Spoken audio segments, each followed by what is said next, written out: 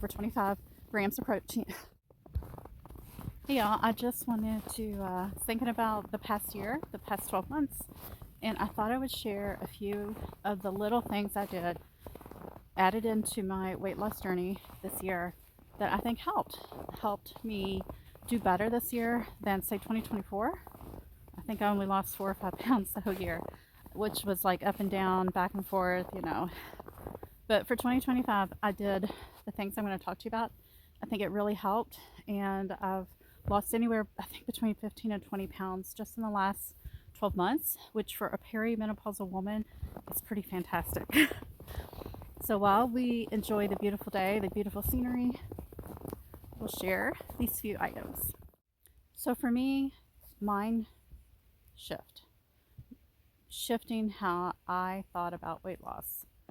I knew I needed to lose weight, and I was thinking of it still more of how I did when I was, 20, 30, and 40s. But last December, I had some blood work. My AC1 was 5.8. It was the first time I had ever had it checked, and it was kind of a wake-up call. But it wasn't a big enough wake-up call. But that was what started a lot of these steps that I'm going to share with you. I'm going to walk up this hill first. It's pretty steep. In addition to the AC1 being higher than my doctor wanted or I wanted, I had some other values totally out of whack, which one is my ferritin. It is still high though, but it is lower than it was when we started looking at it. It's like 205. That is a sign of inflammation. It can be other medical issues. I was ruled out. I had the genetic testing, which was negative. So my high ferritin was coming from inflammation. And I know I have a lot of joint pain, and I've had that for several years as my body has progressed through changing perimenopause. I think that lack of estrogen really accentuated all the joint pain. Two other values that were really, really off. One, my vitamin D. Vitamin D was like 20. My B12 was around 300. Both, well, the vitamin D needed to be treated with the prescription, and the B12, you should see what's above me. This poor tree. Virginia trees are not used to a quick, heavy snowfall. He is definitely bending over the walkway. So my B12 was low. I had to start taking 1,000, I think, milligrams or micrograms of the B12 daily. And I had to do 3 months of the prescription vitamin D. And then after that, I was put on 1,000, I think it was micrograms, of the vitamin D daily, which I'm still on. That was a starting point for making sure I had insufficiencies treated. So I would recommend starting point, number one, get the mindset of you're doing it for your health.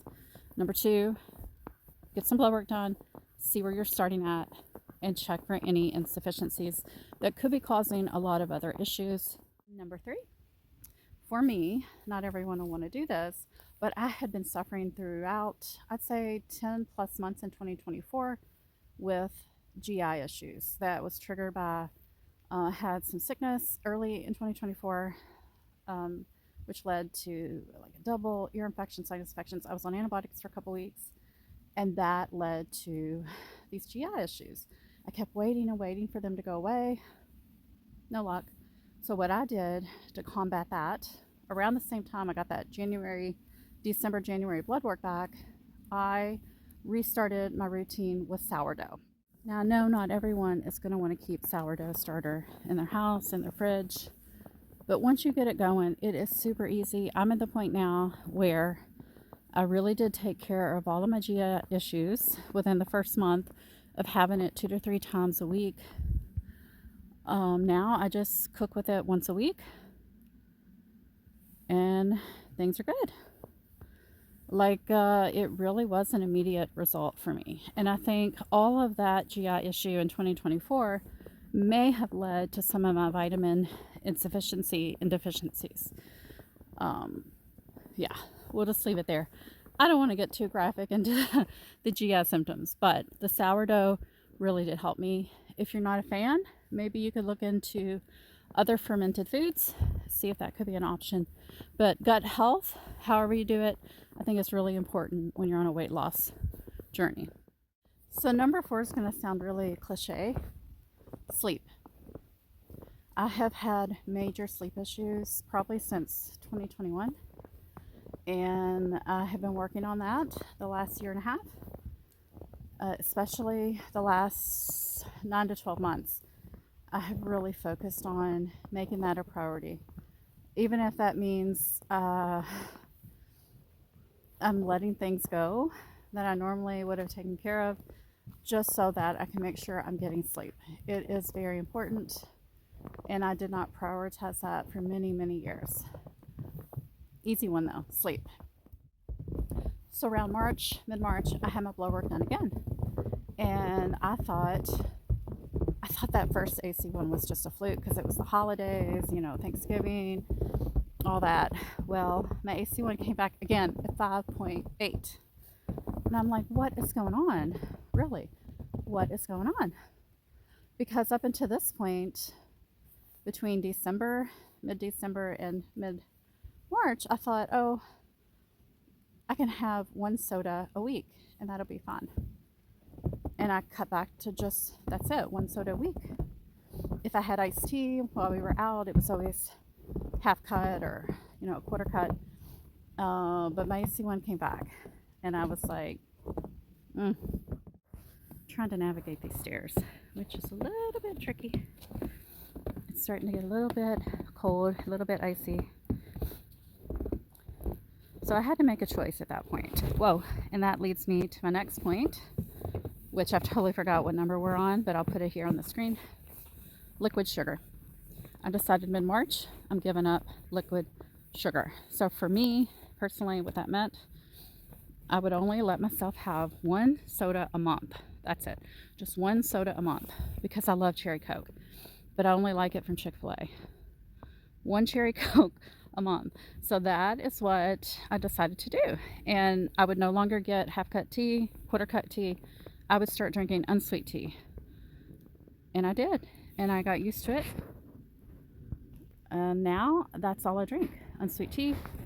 I am currently still having my one soda, and it's not like one all day soda, it's just one soda a month. So I started to give up liquid sugar, so that became a game changer as well. In my coffee, I have 1 cup of coffee a day. I do still have a little bit of honey or a little bit of maple syrup. If I do creamer, it's just a microscopic, maybe a couple teaspoons. And so steps. I had already been a walker for a long time. I love to walk. I have a dog, so I have to walk. But I wanted to make sure every day I'm getting over 8,000 steps. And this year I have basically done that because I do have to go walking a lot with the dog. But in 2026, I'm going to up it because a couple weeks ago I actually got a walking pad. So my goal in 2026, I'm going to up it to at least that minimum of, 10K. I think that's very manageable with my lifestyle and the dog walking daily. I think that'll work just fine. But getting those steps in, counting those steps every day. I wear my little pedometer because I don't carry my phone with me all the time. So I make sure it's just a habit now that I have it on me every day. Another very small thing that I've started doing this year is adding habits with other, like connecting it to other events. So when I go to fill up my water at the fridge, I'm doing calf raises. It's like I've trained myself to associate those two things to get it done. When I go into the restroom to take care of business, before I do so, I'm doing some squats just to get those done. And that's become a habit. Similarly, when I go to take a shower at night, I'm doing sitting, I don't know what it's called, where you sit against the wall. Leg squats, leg sits, wall sits. I do wall push-ups, and then I do a few standing, side bending ab exercises. It probably don't take over 5 minutes, but it's a habit. It's a good habit that I've made, just making that simple connection. It's similar to Tuesdays. I clean out the fridge because I know I'm taking out the trash and the garbage man's coming the next day. Just connect some habits that you want to start with something you're already doing. I've always been a water drinker, but now this year I make myself drink 40 ounces before I have coffee. It's like a rule. It's like you got to have your water before you can have your coffee. And then I get at least 2 more 40-ounce refills throughout the day. And for me, it's easy because I have always loved water. Might be harder for someone who hates water, but if you can learn to love water, I think it's a great thing. Hey guys, editing Heather here. It's the next day. We still have beautiful snow out there, but I'm inside doing some paperwork, doing some editing, and I forgot a couple things that I wanted to tell you guys. That video that we just worked on yesterday as I was walking through the snow, that was all just from memory, and maybe my memory is not always the best, so I did forget a couple things. So another tip that I highly recommend. And so last year in 2024, I tried 6 weeks of doing fasting, where I would try not to eat for 14, 16, sometimes 18 hours. And it did not go well for me at all. I did not lose any weight whatsoever, but I maintained, but I felt just absolutely horrible. Maybe that works for some people. It was not going to work for me at the time of life that I'm in right now.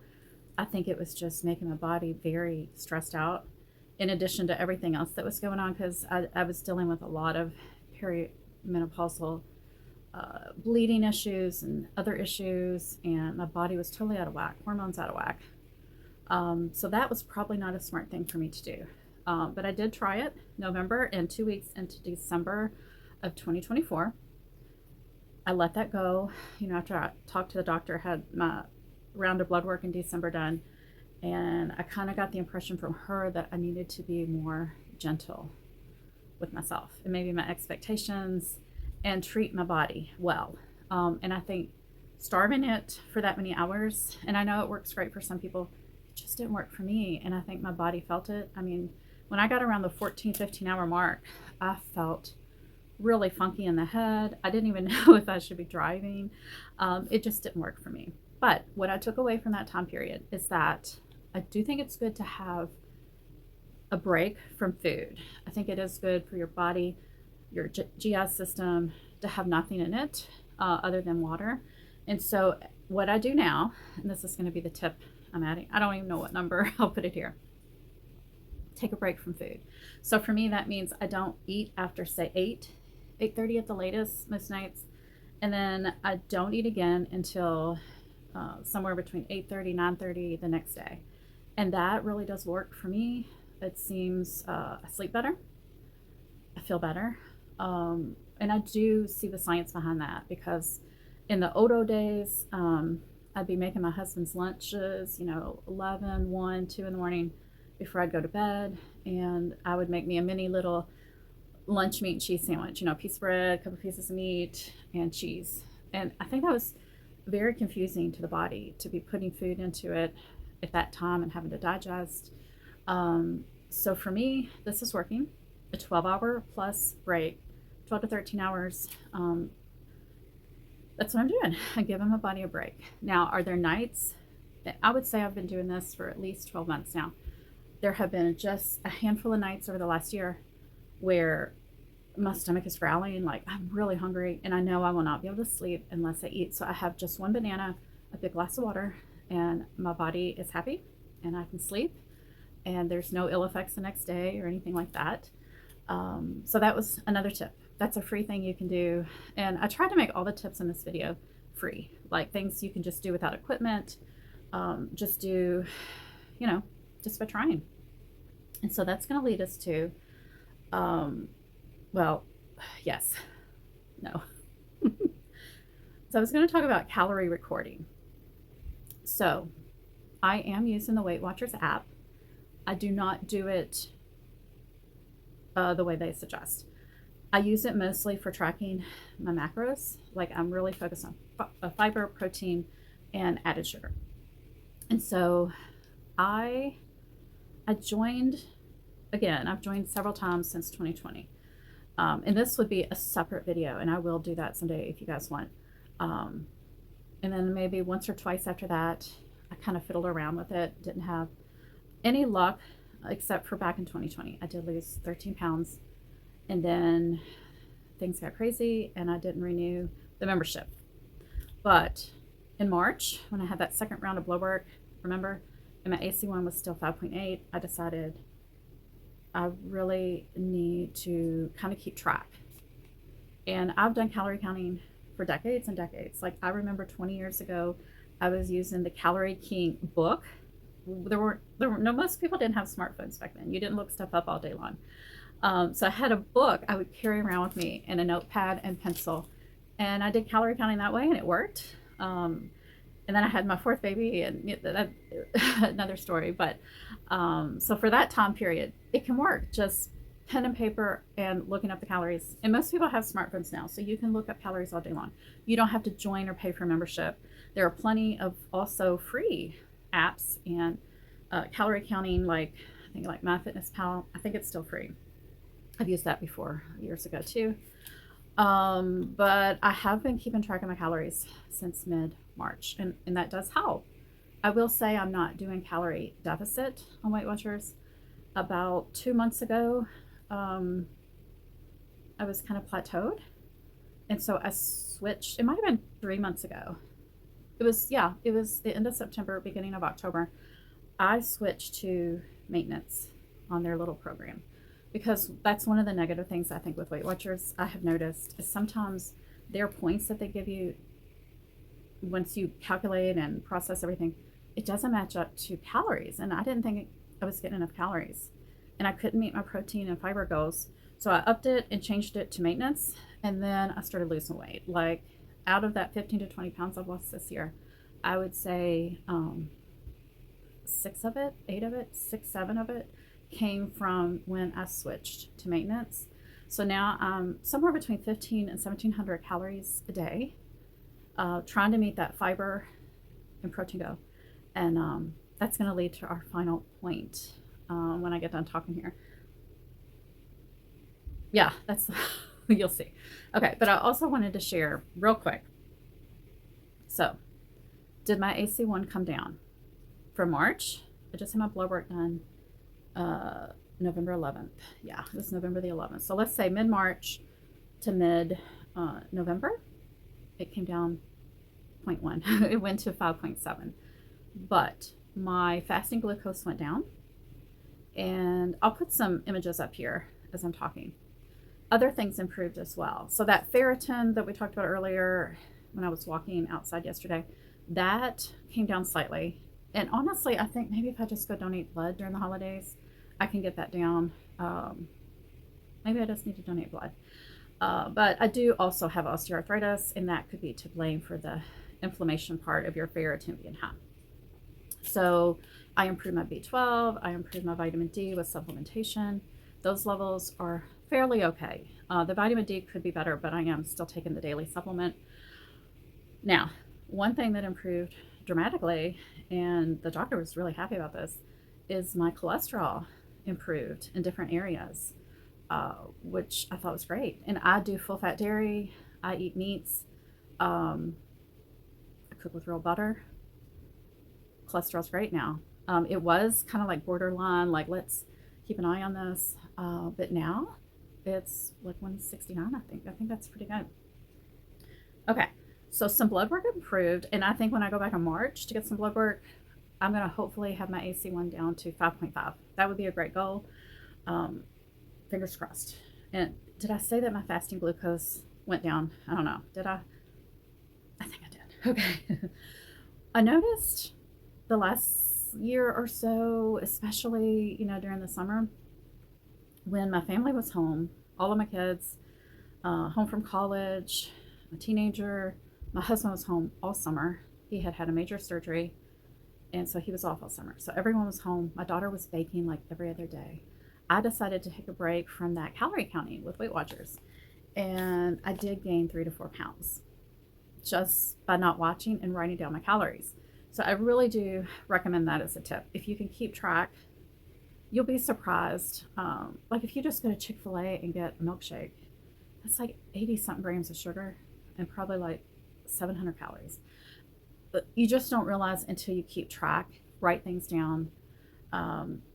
It really is helpful. Whether you're doing calorie deficit or not, just kind of knowing what you're putting in, I think is eye-opening and helpful. And once you get the hang of it, it's like second nature.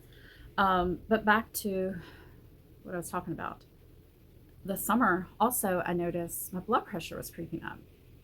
We're talking like 135 over 80-ish, 85. And I noticed it more than once. And I had noticed it a couple times at the doctor's offices, but I thought it was just the white coat syndrome. But then when I was checking it a few times during the summer and at home, it was still kind of in that borderline getting high range. I didn't like that. So as soon as my husband went back to work from surgery, my kids were back college, I got back on track with my recording of my calories. And I started, really focusing on the fiber, protein, and also everything we've talked about in this video. So the last, I'd say since, honestly, October, early October is when I started recording again. I like checking my blood pressure 2 to 3 times a week. It has went down. It has. So much so when I had my doctor's appointment mid-November, it was 110/60 at the office.